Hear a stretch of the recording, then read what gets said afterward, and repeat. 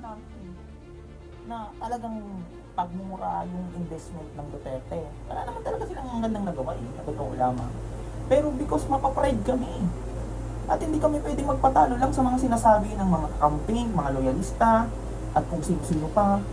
Mas expert pa kami sa expert eh. Ganyan kami. Diba? Tingnan nyo, alam naman namin mali na si Digong kasi nga may EJK.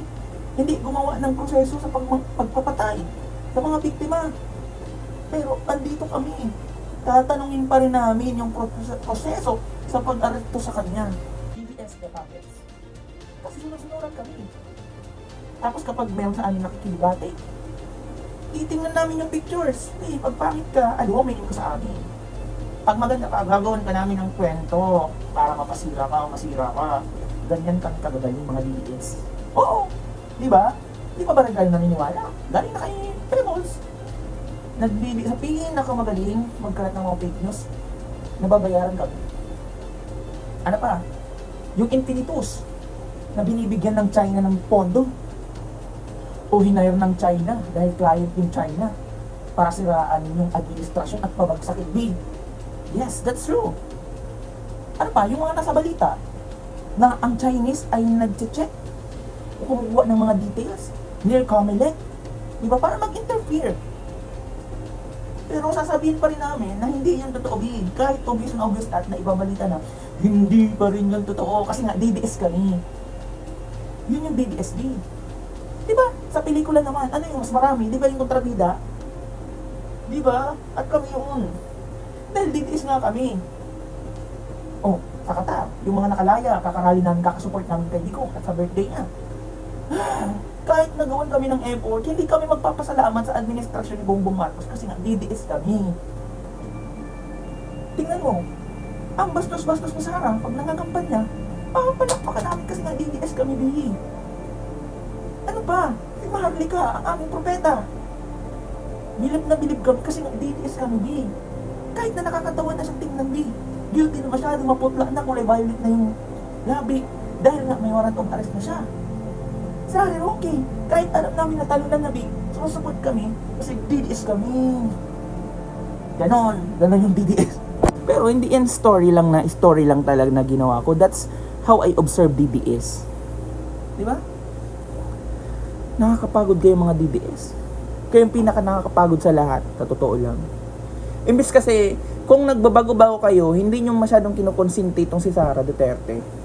Hindi yan gagawa ng mga ganyan kasi hanggang nakakakita si Sara Duterte ng mga nagsusuporta sa kanya, she will always do that.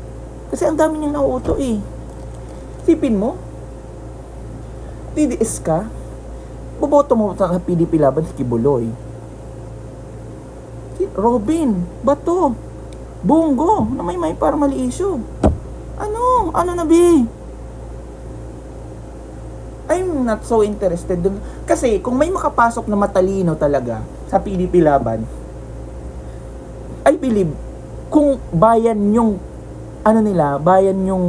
siniservisyohan nila, kapag nakita nila na mali talaga ang pinaggagawa ni Sara during impeachment, well, definitely, they will vote for to impeach Sara. Diba? Pero hindi,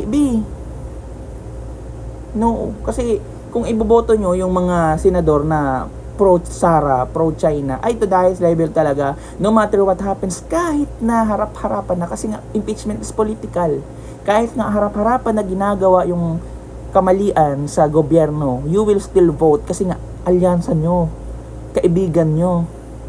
Diba? Ito internalize nyo, unawain nyo masyado. Less ang utang natin ngayon, nalilesen. Diba? Dahil nga kay Bongbong Marcos. Ang laki ng nabawas, trilyon. Nakakabayad tayo ng utang. Pero napapababa pa rin yung mga presyo, may kadiwa. Isipin mo, ibig sabihin, Bongbong Marcos is no longer interested to getting money of the Philippines. He is really giving his supports. Why? Kasi nga mga edukado yung anak niya. And his sons are giving support to him. And whatever he thinks bad to do, whatever he thinks to do, whether it's like bad or good, he seeks advice from his sons. Ang asawa niya si Evelisa, abogada. Diba? Galit. That's the truth. Ayun naman ang katotohanan. No matter what the administration is doing, papalabasin nyo politika, Diyos ko, kayang government. That is politics. Everything surrounds everything that is in government is politics. If there's something that you have to think about, to think, like magpasalamat about, well, definitely, we are the beneficiaries. Kung ano mga ginagawang kagandahan ng government, grab it. Kung meron kayong nare-receive na ayuda, grab it. You deserve it. You will not look for that if you don't want it.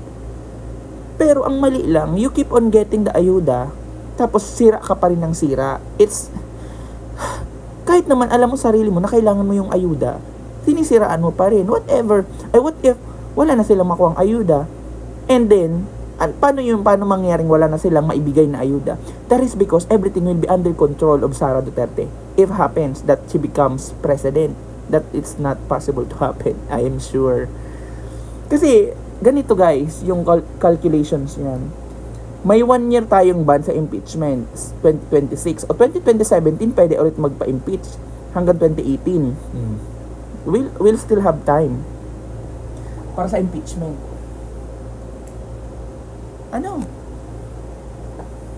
Anong masasabi nyo? Diba? Kaya kung ako sa inyo, do your best. Talagang gawan nyo na ng paraan na maligo na kayo sa binitadong tubig. Malay mo, kayo, kain kayo ng 3 kilong asin, maligo kayo sa dagat. Diyan na kayo maligo lagi. Malay mo, mawala yung bad aura ng or bad influence ng Duterte sa inyo. We'll still have time. Based on experience, yung mga Duterte talaga, yung mga DDS talaga, sila yung mga pahirap. Kahit sa klase namin, yes, I'm still studying law. Mga DDS, sila yung mga bida-bida. Sila yung pag na-rebat mo, sobrang sensitive na, ayaw na magpaawat, kaaway ka na. Di ba, napaka narrow-minded. Totoo naman kasi.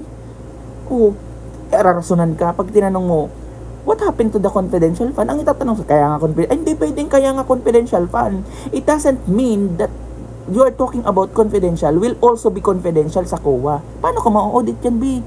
Kaya nga sila na-disallow, di ba? Nagkaroon ng mga disallowances. Kasi nga, may mga mismatch.